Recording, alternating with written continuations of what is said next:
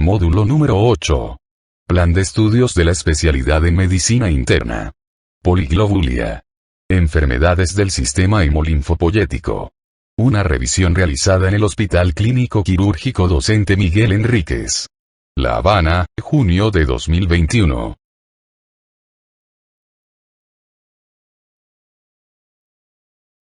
Módulo 8. Enfermedades del sistema hemolinfopoyético.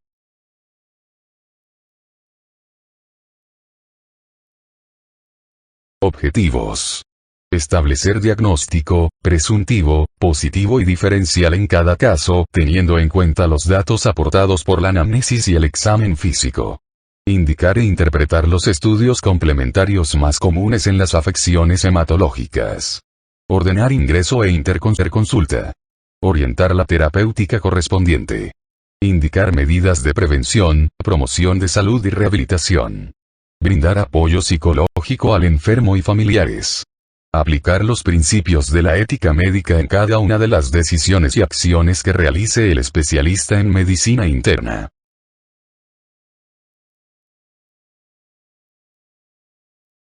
Poliglobulia. Enfermedades del sistema hemolinfopoyético.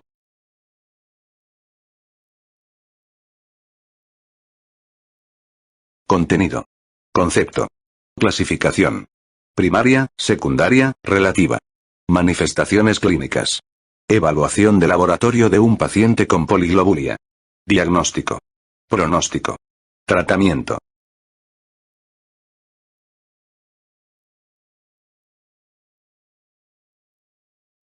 Definición. La policitemia vera, la trombocitemia esencial y la mielofibrosis primaria forman parte del grupo de neoplasias mieloproliferativas en el sistema de clasificación de los tumores malignos hematológicos de la Organización Mundial de la Salud, la OMS, de 2008. Estos trastornos se corresponden con una mieloliferación clonal originada en las células madre con tendencia a evolucionar a una leucemia aguda mieloide, en el proceso denominado también neoplasia mieloproliferativa en fase blástica. La antigua denominación de la policitemia vera, la trombocitemia esencial, la mielofibrosis primaria y la leucemia mieloide crónica era síndromes mieloproliferativos. Dado que la leucemia mieloide crónica se vincula de forma constante a la translocación Filadelfia, BCR-ABL1, los otros tres procesos se denominan de forma operativa neoplasia mieloproliferativa BCR-ABL1, negativas.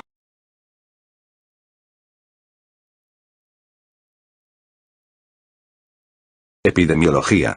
Según una reciente revisión sistemática, la incidencia anual oscila entre 0,01 a 2,61 por 100.000 para la policitemia vera, 0,21 a 2,27 por 100.000 para la trombocitemia esencial, y 0,22 a 0,99 por 100.000 para la mielofibrosis primaria. La incidencia anual combinada de la policitemia vera, la trombocitemia esencial y la mielofibrosis primaria es 0,84, 1, 0,3 y 0,47 por 100.000, respectivamente. Los estudios de base poblacional indican una mediana de edad en el momento del diagnóstico de unos 71 años, cuando se consideran las tres variantes de la neoplasia mieloproliferativa en conjunto y la relación hombre-mujer es aproximadamente del 50%. Otros estudios indican una distribución de edad algo más baja para la trombocitemia esencial y un ligero predominio en hombres de la mielofibrosis primaria. Los estudios familiares indican un aumento del riesgo de neoplasia mieloproliferativa entre 5 y 7 veces en familiares de primer grado con una neoplasia mieloproliferativa BCR-ABL1, negativa, y la posibilidad de un componente hereditario en la susceptibilidad a la enfermedad ha sido corroborada por los estudios de haplotipo de HAG2. La mielofibrosis primaria se ha asociado a la exposición a radiación ionizante, por ejemplo supervivientes de Hiroshima, exposición intensa a derivados del petróleo y al contraste dióxido de torio, torotrust, aunque la inmensa mayoría de los casos no refieren antecedentes de exposición.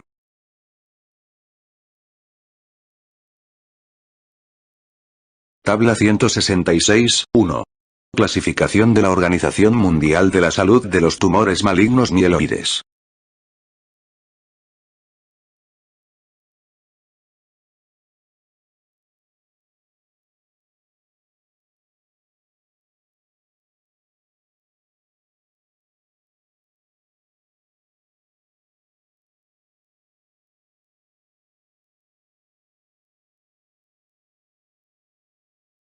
Biopatología. Estas enfermedades tienen una naturaleza clonal y derivan de una célula madre de la médula ósea hematopoyética con una transformación genética, que permite la mieloproliferación clonal. En 2005 se describió una mutación con ganancia de función en JAK2, JAK2V617F, en neoplasia mieloproliferativa BCR-ABL1, negativas. Estudios posteriores con técnicas sensibles han demostrado la presencia de esta mutación aproximadamente en un 95% de los pacientes con una policitemia vera y un 60% de los que tienen una trombocitemia esencial o mielofibrosis primaria. La mayoría del 5% de los pacientes con una policitemia vera restantes son portadores de otra mutación en JAK2, exón 12 de JAK2. Dicho de otro modo, virtualmente todos los pacientes con una policitemia vera son portadores de una mutación en JAK2. Aproximadamente un 5110% de los pacientes negativos 2V617F con una trombocitemia esencial o mielofibrosis primaria tienen una mutación MPLW515, que también tiene importancia para JAK-STAT. En 2013 se descubrieron mutaciones de la calreticulina en la mayor parte de los pacientes con una trombocitemia esencial o mielofibrosis primaria que no tienen mutaciones de JAK2 o MPL. Las mutaciones de calreticulina son relativamente específicas de la trombocitemia esencial y la mielofibrosis primaria, y sus frecuencias aproximadas son 20 y 25%, respectivamente. La mayoría de estas últimas se originan a nivel de las células progenitoras, pero no representan necesariamente el acontecimiento clonógeno principal, no son mutuamente excluyentes ni siguen una jerarquía predecible.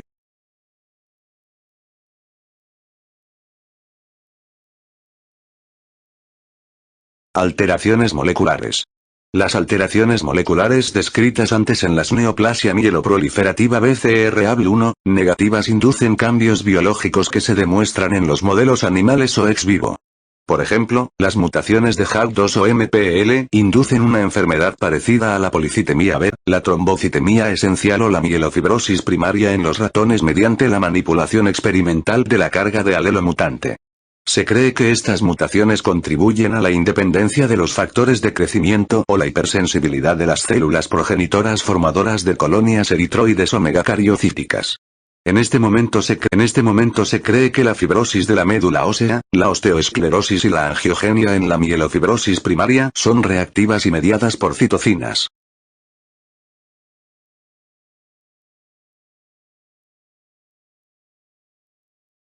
Manifestaciones clínicas. Trombocitemia esencial. En el momento de la presentación se encuentran síntomas microvasculares y vasomotores en un 25 o 50% de los pacientes con una trombocitemia esencial. Aparece una trombosis mayor en un 11 o 25% de los pacientes al diagnóstico y un 10 o 22% durante el seguimiento, y las hemorragias graves se encuentran en un 2 o 5% de los casos al diagnóstico y un 1 o el 7% durante el seguimiento. Los trastornos vasomotores, por ejemplo cefaleas, mareos, síntomas visuales, como visión borrosa y escotomas, palpitaciones, dolor torácico, eritromelalgia y parestesias distales, no son raros en la trombocitemia esencial y pueden ser consecuencia de alteraciones en las interacciones entre las plaquetas y el endotelio. La eritromelalgia es el síntoma vasomotor más llamativo, que se caracteriza por eritema, calor y dolor en las extremidades distales. Este síntoma es poco frecuente, pero no es totalmente específico de la trombocitemia esencial. Las complicaciones con riesgo vital más temidas de la trombocitemia esencial incluyen la trombosis de vasos grandes, arterias y venas, la hemorragia y la transformación del proceso en una fase fibrótica que recuerde a una mielofibrosis primaria o una leucemia aguda mieloide. La trombosis venosa en la trombocitemia esencial ocurre en los mismos lugares que se afectan en otras diátesis trombóticas, por ejemplo embolia pulmonar y trombosis venosa profunda de la extremidad inferior y embolia pulmonar, aunque también afectan a sitios menos habituales, por ejemplo trombosis de los senos cerebrales, de la vena retiniana o de las venas hepáticas y porta.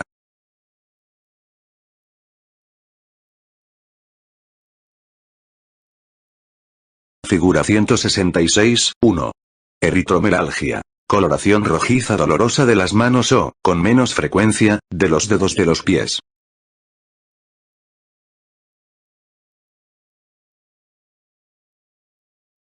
Tabla 166, 2. Mutaciones somáticas en las neoplasias mieloproliferativas BCR-ABL1, negativas, incluidas la policitemia vera, la trombocitemia esencial y la mielofibrosis primaria. Se recogen también las frecuencias de mutaciones en la fase blástica de la enfermedad.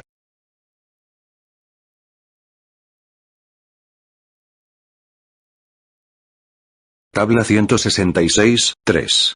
Características clínicas y analíticas de la policitemia vera. Leucocitosis persistente, trombocitosis persistente, microcitosis secundaria a una deficiencia de hierro, aumento de la masa eritrocítica, mutaciones de JAK2, incremento de la fosfatasa alcalina leucocítica, esplenomegalia, prurito generalizado, en general después de bañarse, trombosis arterial y venosa, incluidas localizaciones infrecuentes, por ejemplo síndrome de Buchiari, eritromelalgia, disestesia y eritema acros.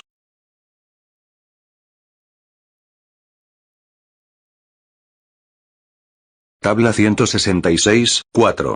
Criterios diagnósticos de 2008 de la Organización Mundial de la Salud para la policitemia vera, la trombocitemia esencial y la mielofibrosis primaria.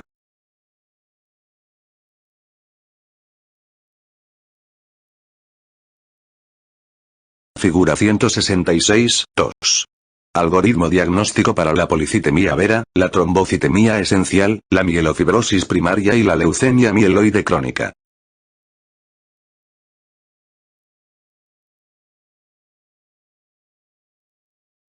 Figura 166, 3. Neoplasia mieloproliferativa.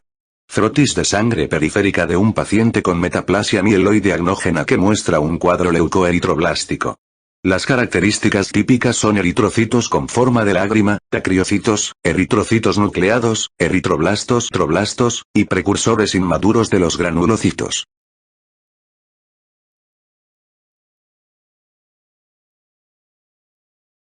Figura 166, 4. Biopsia de médula ósea de un paciente con mielofibrosis primaria que muestra fibrosis reticulínica, osteoesclerosis y hematopoiesis intrasinusoidal.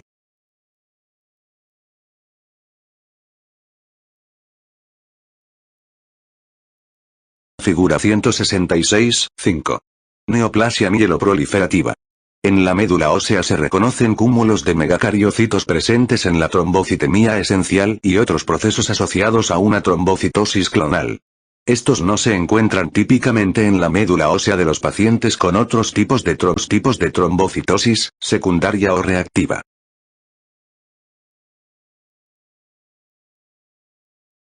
Tabla 166, 5. Clasificación de la eritrocitosis.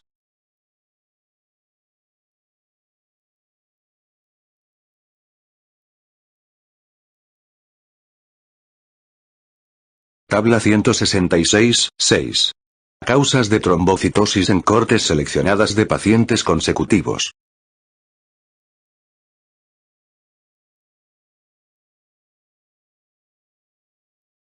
Figura 166, 6. Evaluación diagnóstica de la trombocitosis en la práctica clínica habitual.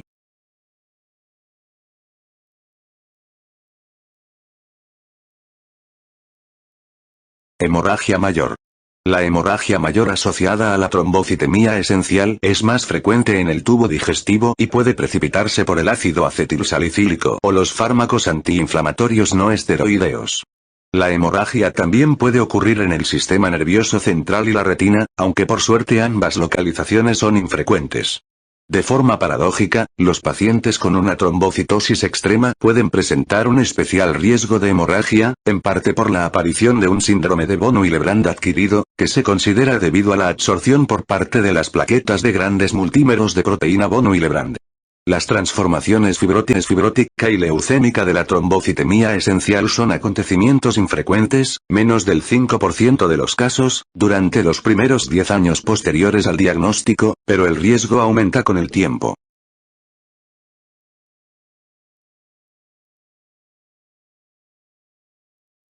Policitemia vera.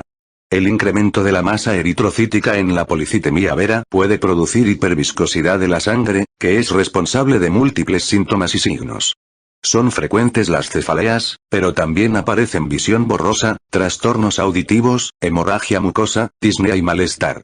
A 2/3 de los pacientes con una policitemia vera presentan esplenomegalia. Se producen trombosis, sobre todo arteriales, aproximadamente en un 40% de los pacientes. Igual que sucede en la trombocitemia esencial, la trombosis venosa puede afectar a localizaciones infrecuentes, como las venas mesentéricas, portales o hepáticas. Esta última se denomina también síndrome de Buchiari. Pueden producirse hemorragias, sobre todo de origen digestivo, en la policitemia vera, aunque con menos frecuencia que las trombosis. El prurito es común en la policitemia vera y puede ser provocado por el agua templada, acuágeno. La eritromelalgia, descrita antes en la trombocitemia esencial, puede causar problemas también a algunos pacientes con policitemia vera, igual que otros síntomas vasomotores, como parestesias y cefaleas.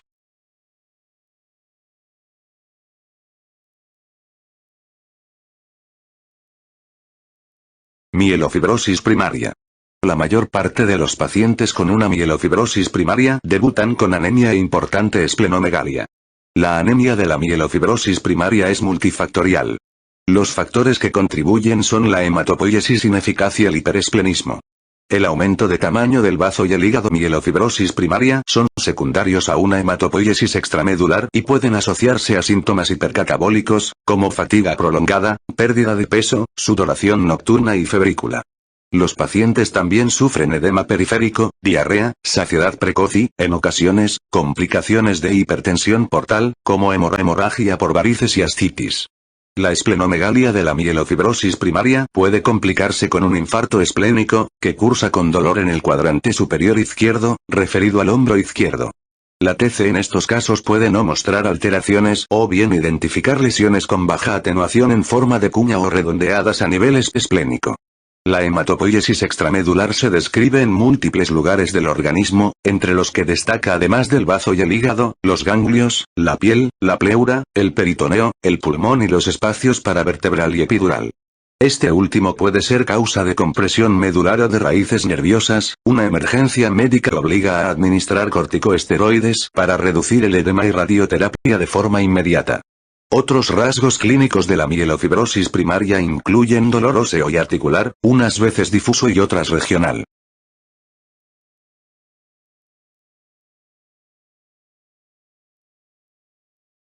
Diagnóstico. Actualmente el diagnóstico de policitemia vera, trombocitemia esencial y mielofibrosis primaria se basa en los criterios de 2008 de la OMS. Estos criterios se basan en la morfología y en los estudios citogenéticos y moleculares. Casi todos los pacientes con policitemia vera presentan una mutación en JAK2, mutaciones JAK2V617F o en el exón 12 del gen. Sin embargo, JAK2V617F no es específica de la policitemia vera y se encuentra también en la trombocitemia esencial, aproximadamente 60% de los casos, la mielofibrosis primaria, aproximadamente 60% de los casos, y otras neoplasias mieloides, en general, menor del 5% de los casos. Las mutaciones del exón 12 de JAK2 son relativamente específicas de la policitemia vera JAK2V617F negativa y se describen en aproximadamente un 3% de todos los pacientes con policitemia vera. Los pacientes con una policitemia vera positiva para mutaciones del exón 12 de JAK2 se caracterizan por una mielopoiesis de predominio eritroide, una concentración por debajo de la normal de eritropoyetina sérica y una menor edad en el momento del diagnóstico. En conjunto, la presencia de una mutación de JAK2 descarta una mieloproliferación secundaria, por ejemplo policitemia secundaria o trombocitosis reactiva. Comentario posterior, y su ausencia hace muy poco probable el diagnóstico de policitemia vera. Dentro del 30 al 40% de los pacientes con una trombocitemia esencial o mielofibrosis primaria que no presentan mutaciones de JAK2, la mayoría tienen mutaciones de calreticulina, 60 al 70%, y un 5 al 10% las tienen en MPL. Dicho de otro modo, un 80.190% de los pacientes con una trombocitemia esencial o mielofibrosis primaria son portadores de una de las tres mutaciones específicas de las neoplasia mieloproliferativa. 2. Calreticulina o MPL.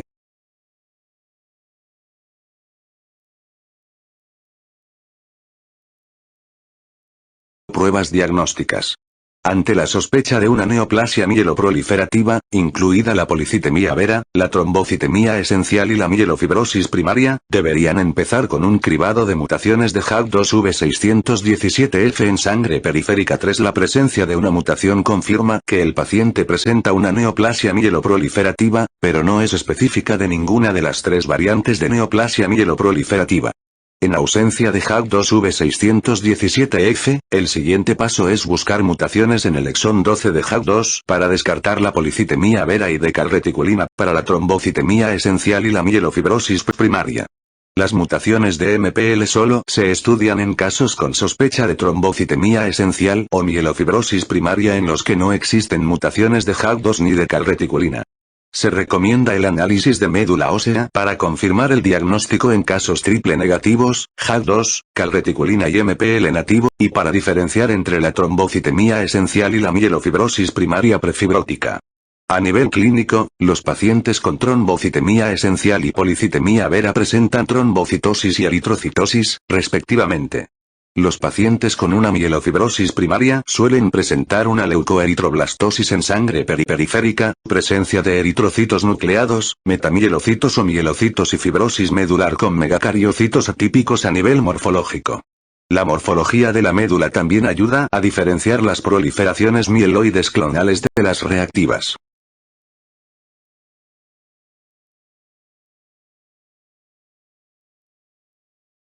Causas de eritrocitosis. Las causas de eritrocitosis, entre las que se incluye la policitemia congénita y secundaria.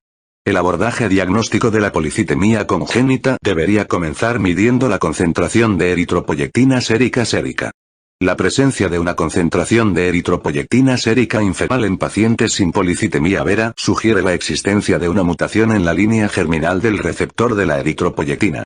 Si la concentración de eritropoyectina sérica es normal o alta, el paso siguiente será medir P50, la tensión de oxígeno a la que la hemoglobina está saturada al 50%. Una disminución de P50 sugiere la presencia de una hemoglobinopatía con alta afinidad por el oxígeno o una deficiencia de 2,3-bisfosfoglicerato. Cuando la P50 es normal, se debería plantear en primer lugar una posible mutación de VHL, que se suele asociar a un incremento de la concentración de eritropoyectina sérica, dado que son las mutaciones más frecuentes en la policitemia congénita. Los estudios de expresión génica permiten identificar dos expresiones fenotípicas distintas de la policitemia vera que condicionan la duración de la enfermedad, la concentración de hemoglobina, la esplenomegalia y el riesgo de tromboembolia.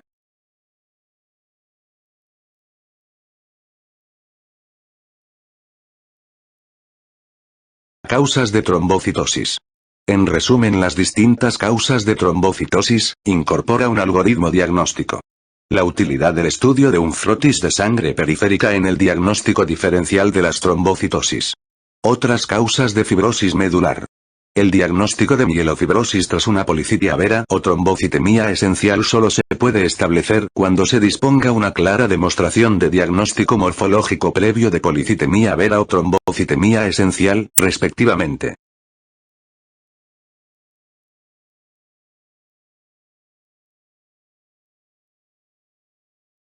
Tratamiento.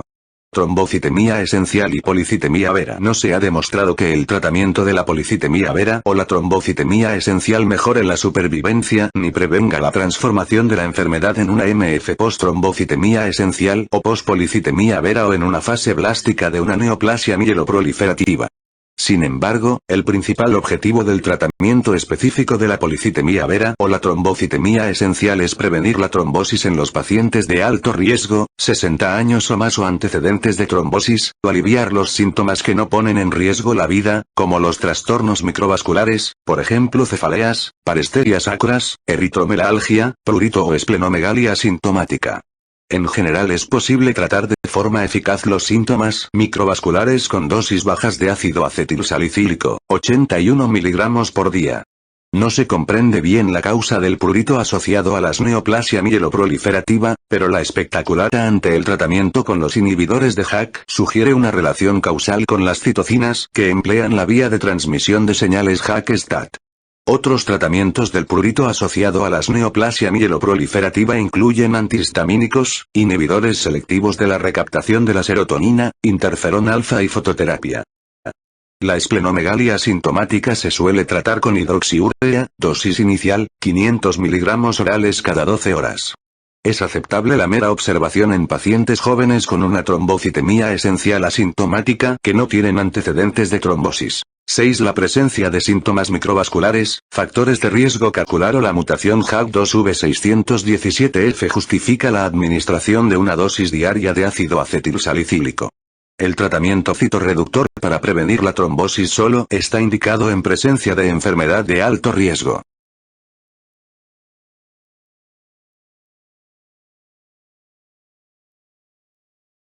Figura 166, 7. Frotis de sangre periférica que muestra cuerpos de Howell-Jolly, flecha, en los eritrocitos, un hallazgo típico del hipoesplenismo quirúrgico o funcional.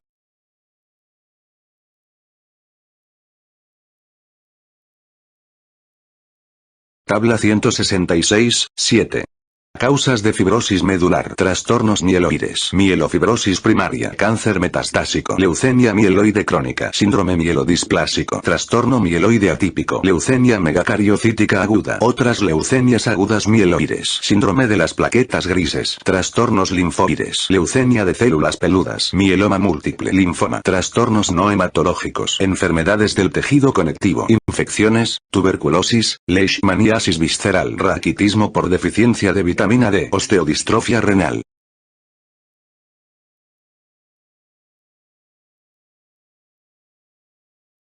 Tabla 166, 8. Estratificación del riesgo y tratamiento adaptado al riesgo de la trombocitemia esencial, la policitemia vera y la mielofibrosis primaria.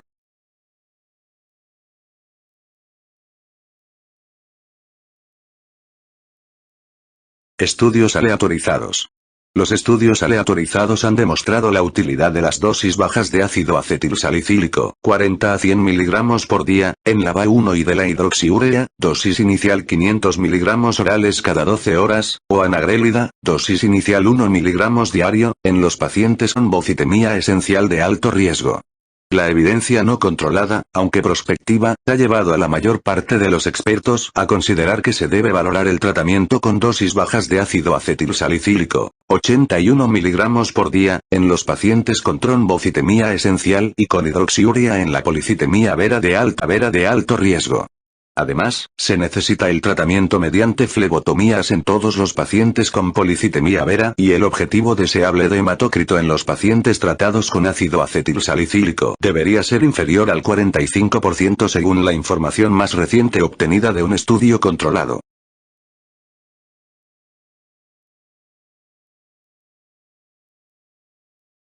Tratamiento citorreductor. En los pacientes de alto riesgo con una trombocitemia esencial en los que esté indicado el tratamiento citorreductor, es razonable buscar un objetivo de recuento plaquetario inferior a 400 por 10 a la 9 por litro y se confirma por los datos obtenidos en estudios retrospectivos. La hidroxiurea sigue siendo el fármaco de elección para la trombocitemia esencial y policitemia vera de alto riesgo. Los pacientes con policitemia vera o trombocitemia esencial de alto riesgo que no toleran o resisten a la hidroxiurea se pueden tratar de forma eficaz con INFA o busulfano. El entusiasmo por el uso de IF recombinante para la neoplasia mieloproliferativa se vio amenazado por la toxicidad del fármaco, que con frecuencia obliga a la suspensión del tratamiento. La adición de una molécula de polietilenglicol al interferón alfa consigue prolongar la semivida y esto permite una administración menos frecuente, una mayor estabilidad del fármaco, una menor inmunogenicidad y una menor toxicidad, lo que ha llevado a usar más el polietilenglicol y interferón alfa en lugar del IF recombinante. Entre los fármacos de segunda línea, la preferencia del autor es usar el INFA en pacientes menores de 65 años y busulfano en los mayores. Dado que se ignoran los efectos sobre la salud a largo plazo del INFA y la repercusión sobre la supervivencia y las complicaciones de la enfermedad, sería preciso realizar un estudio controlado antes de poder recomendar el INFA como tratamiento de primera línea en la policitemia vera o la trombocitemia esencial. La dosis inicial de busulfano oral es 4 mg por día y se debe suspender cuando las plaquetas están por debajo de 100 por 10 a la 9 por litro o el recuento leucocítico es inferior a 3 por 10 a la 9 por litro y la dosis se reduce a 2 mg por día si las concentraciones correspondientes son inferiores a 150 por 10 a la 9 por litro y 5 por 10 a la 9 por litro, respectivamente.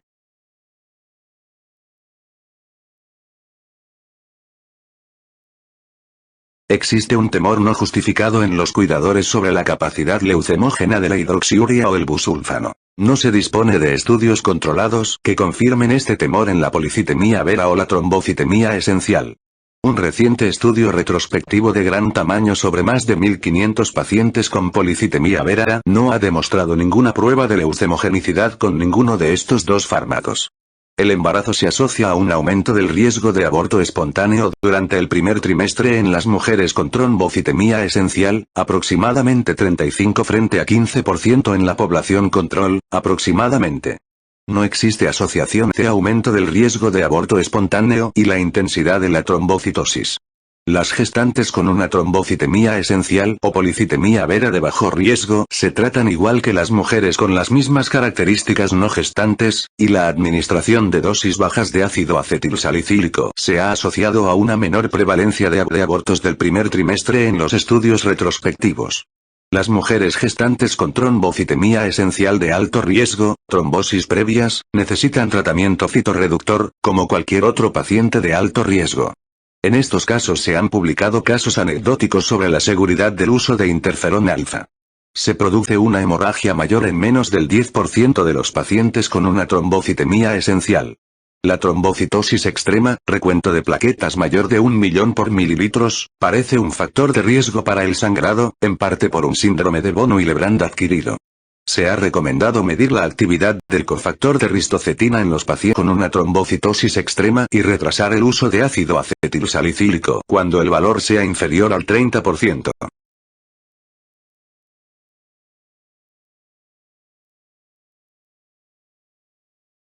Mielofibrosis primaria. El tratamiento convencional de la mielofibrosis primaria es principalmente paliativo y no se ha demostrado que mejore la supervivencia. Las principales indicaciones para realizar tratamiento en la mielofibrosis primaria son la anemia y la esplenomegalia asintomática. Los fármacos habituales para tratar la anemia asociada a la mielofibrosis primaria son los preparados con andrógenos, por ejemplo fluoximesterona oral 10 mg cada 12 horas, el danazol, 400 a 600 mg por día orales, la prednisona, 30 a 40 mg por día, y los fármacos estimuladores de la eritropoiesis. El uso de estimuladores desde la eritropoiesis puede agravar la esplenomegalia asociada a la mielofibrosis primaria y no es eficaz en los pacientes que dependen de las transfusiones. Es preciso realizar un cribado del cáncer de próstata cuando se plantea el tratamiento con andrógenos. La respuesta a prednisona, andrógenos o danazol se aproxima al 20% y su duración media es de 1 a 2 años. Estudios recientes han demostrado la utilidad de la talidomida y fármacos parecidos a ella, como lenalidomida, en el tratamiento de la anemia en la mielofibrosis primaria. La talidomida en monoterapia, 50 a 200 mg por vía oral, no es tan eficaz como cuando se administra con vinprednisona, 30 mg por día, dado que esta combinación consigue unas frecuencias de respuesta que oscilan entre 20 y 62% para la anemia, 25 al 80% para la trombocitopenia y 7 a 30% para la esplenomegalia. La respuesta con lenalidomida es parecida, aunque este fármaco actúa mejor en pacientes con la alteración citogenética del 5Q. La aparición de neuropatía periférica con talidomida y de una pancitopenia grave con lenalidomida ha limitado su uso en la mayor parte de los enfermos.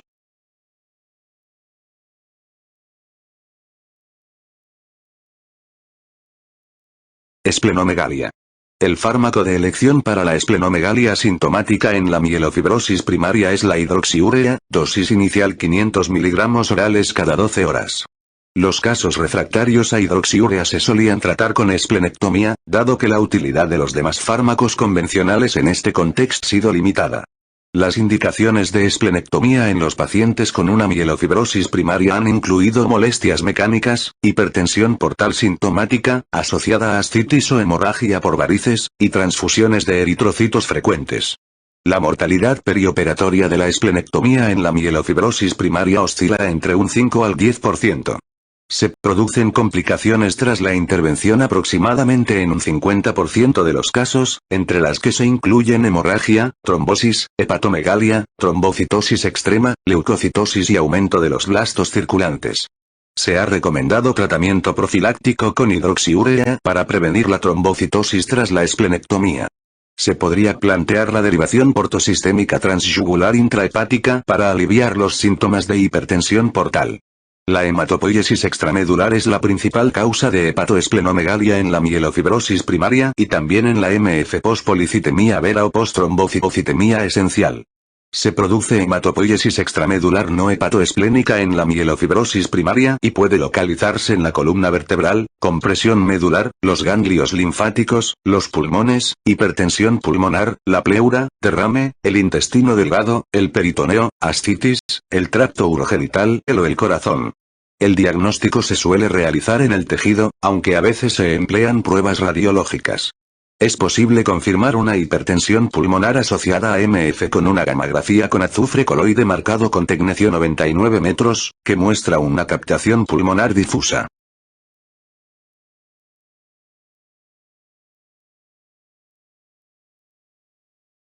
Radioterapia. La radioterapia ha sido la opción terapéutica en la hematopoiesis extramedular hepatoesplénica y no hepatoesplénica. La radioterapia esplénica, 100 a 500 Cl en 5 a 10 fracciones, induce una reducción transitoria del tamaño del bazo, pero puede asociarse a una pancitopenia con riesgo vital. Estudios más recientes sugieren la seguridad y utilidad relativa del tratamiento con dosis más bajas, dosis total 100 Cl en 4 fracciones diarias de 25 Cl. La radioterapia funciona mejor en la hematopoiesis extramedular no hepatoesplénica. La radioterapia en fracción única, 100 a 400 Cl, sobre el campo afectado beneficia de forma demostrada a los pacientes con una hipertensión pulmonar o dolor de las extremidades asociados a la MF. Los síntomas de la MF que repercuten sobre la calidad de vida incluyen un profundo cansancio, sudoración nocturna, pérdida de peso, prurito, dolor óseo y tos sin expectoración. El tratamiento farmacológico convencional no es adecuado para tratar estos síntomas. Estudios recientes sobre el tratamiento con inhibidores de JAK en la mielofibrosis primaria y en la MF post-policitemia vera o post-trombocitemia esencial sugieren un beneficio mayor sobre los síntomas constitucionales y la caquexia.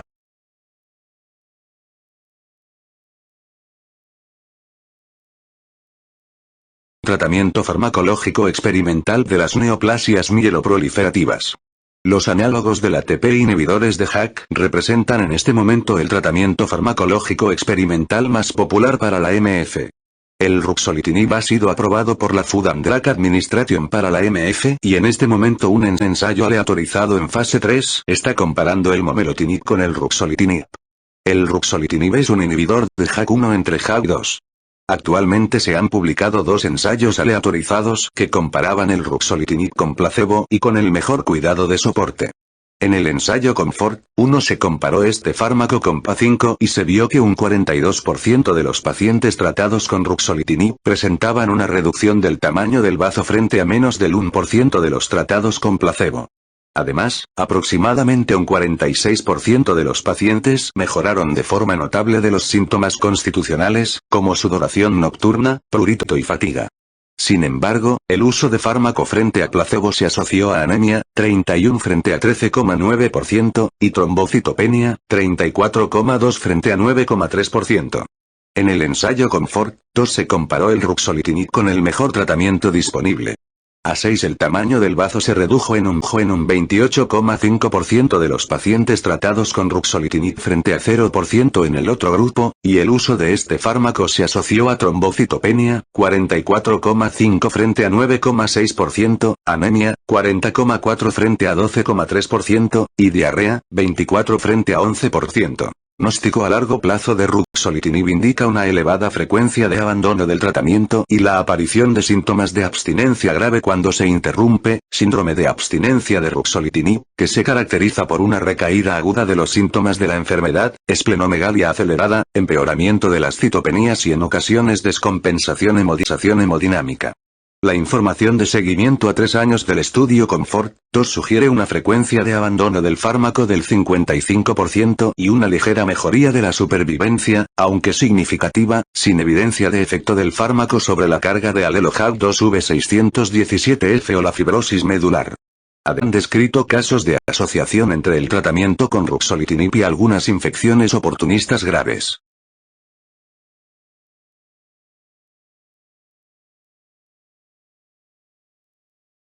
Momelotinib. El momelotinib, GS 0387, KIP 387, es un inhibidor de JAK1 y JAK2. De los 60 primeros pacientes tratados en un ensayo en fase 1 y 2,9 las toxicidades limitantes de dosis incluyeron cefaleas de grado 3 e hiperlipasemia, incremento de las lipasas. La respuesta esplénica y de la anemia fue del 48 y el 59%, respectivamente. La mayor parte de los pacientes mostraron mejoría de los síntomas constitucionales. En este momento se está realizando un ensayo en fase 3 sobre este fármaco, en el que se compara con el ruxolitinib. Es evidente que se deben evaluar más fármacos antes de poder extraer conclusiones sobre la utilidad del tratamiento anti-JAK2 en la MF o las neoplasia mieloproliferativa asociadas. También es evidente que algunos de los efectos beneficiosos de estos fármacos podrían ser consecuencia de su potente actividad anticitocina.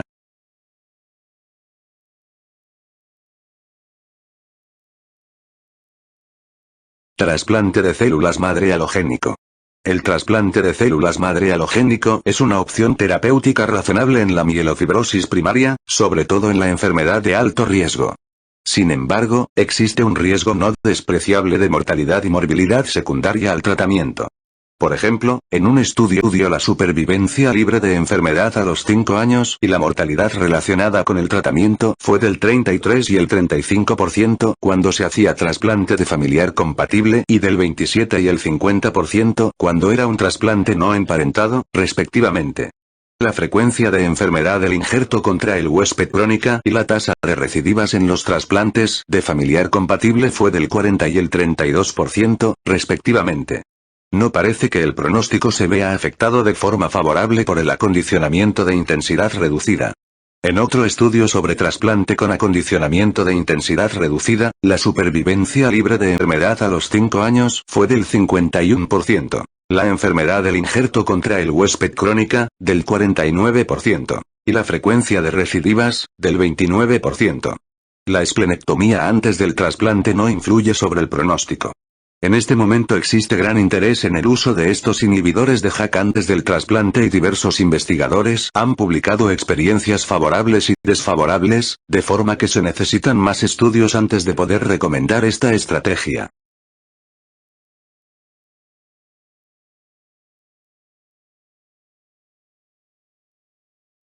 Pronóstico. Trombocitemia esencial y policitemia vera. En este momento no es posible curar la policitemia vera ni la trombocitemia esencial y tampoco se ha demostrado que el tratamiento actual prolongue la supervivencia. En un estudio sobre 1545 pacientes con policitemia vera la supervivencia se vio afectada de forma adversa por la edad avanzada, la leucocitosis, el cariotipo anormal y la trombosis venosa. Los 3 primeros factores también predijeron la transformación leucémica, que fue del 2,3% a los 10 años y del 5,5% a los 15. La transformación leucémica se asoció a la exposición terapéutica a pipobrómano o P32-clorambucilo, pero no a la hidroxiurea o busulfano.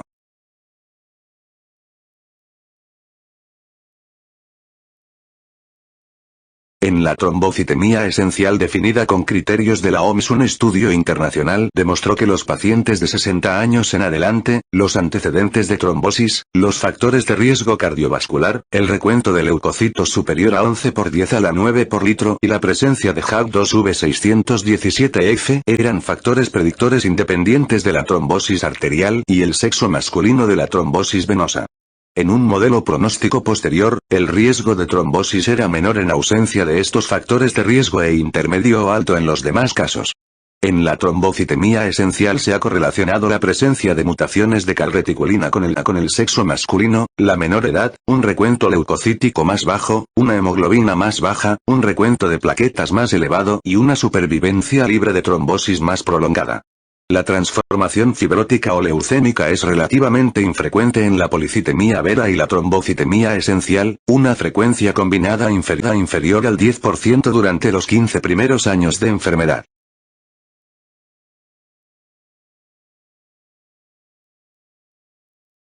Estratificación del riesgo.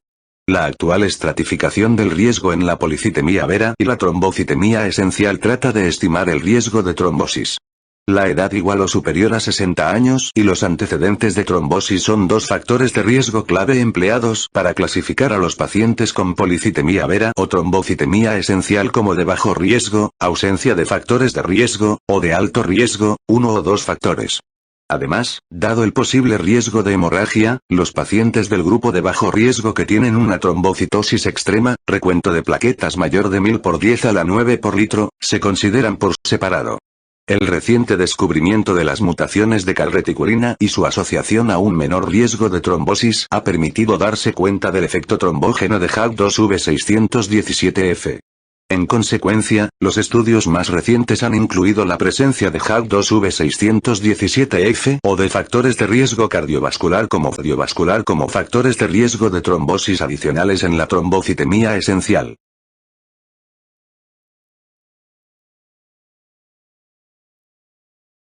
Mielofibrosis primaria. El modelo pronóstico más robusto para la mielofibrosis primaria es el sistema de puntuación Dynamic International Prognostic Scoring System Plus, que se basa en 8 parámetros adversos. Edad superior a 65 años, hemoglobina inferior a 10 gramos por decilitro, recuento de leucocitos superior a 25 por 10 a la 9 por litro, blastos circulantes del 1% o más, síntomas constitucionales, cariotipo desfavorable, necesidad de transfusiones de eritrocitos y recuento plaquetario inferior a 100 por 10 a la 9 por litro. Las 4 categorías de riesgo definidas por estos criterios en el Dynamic International Prognostic System Plus son bajo, ausencia de factores de riesgo, intermedio 1, 1 factor, intermedio 2, 2 o 3 factores, y elevado, 4 o más, y a estos grupos corresponden unas supervivencias medianas de 15,4, 6,5, 2,9 y 1,3 años, respectivamente. De forma más reciente se ha demostrado que las mutaciones de ASXL1 son un factor de riesgo independiente del Dynamic International Prognostic Scoring System Plus. Además, las mutaciones de calreticulina en la mielofibrosis primaria se asociaron a una menor edad, un recuento plaquetario más alto, y una menor incidencia de anemia, leucocitosis y mutaciones en los espliceosomas, con una supervivencia global más larga. La mejor supervivencia en la mielofibrosis primaria se encontró en pacientes que tenían mutación de calreticulina, pero no de ASXL1, es decir, calreticulina ASXL1, mientras que la peor supervivencia se encontró en los que eran calreticulina ASXL1.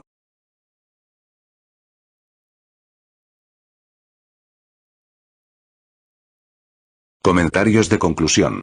A pesar del descubrimiento clave de las mutaciones de HAG2, MPL y calreticulina, la patogenia de las neoplasia mieloproliferativa BCR-ABL1, negativas sigue siendo compleja y poco conocida. Cada vez es más evidente que HAG2 no es lo único importante en estas enfermedades o deberíamos limitar nuestras esperanzas en las estrategias terapéuticas frente a este compuesto y prestar atención a otras perspectivas patogénicas adicionales obtenidas en estudios analíticos correlativos.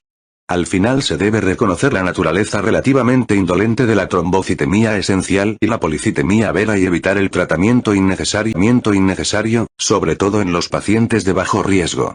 En la actualidad existe una necesidad no satisfecha de tratamiento de la mielofibrosis primaria y este es el verdadero reto en el que se necesitan avances. Se espera que la secuenciación de nueva generación ayude a identificar más mutaciones y formas moleculares con influencia pronóstica en las neoplasia mieloproliferativa.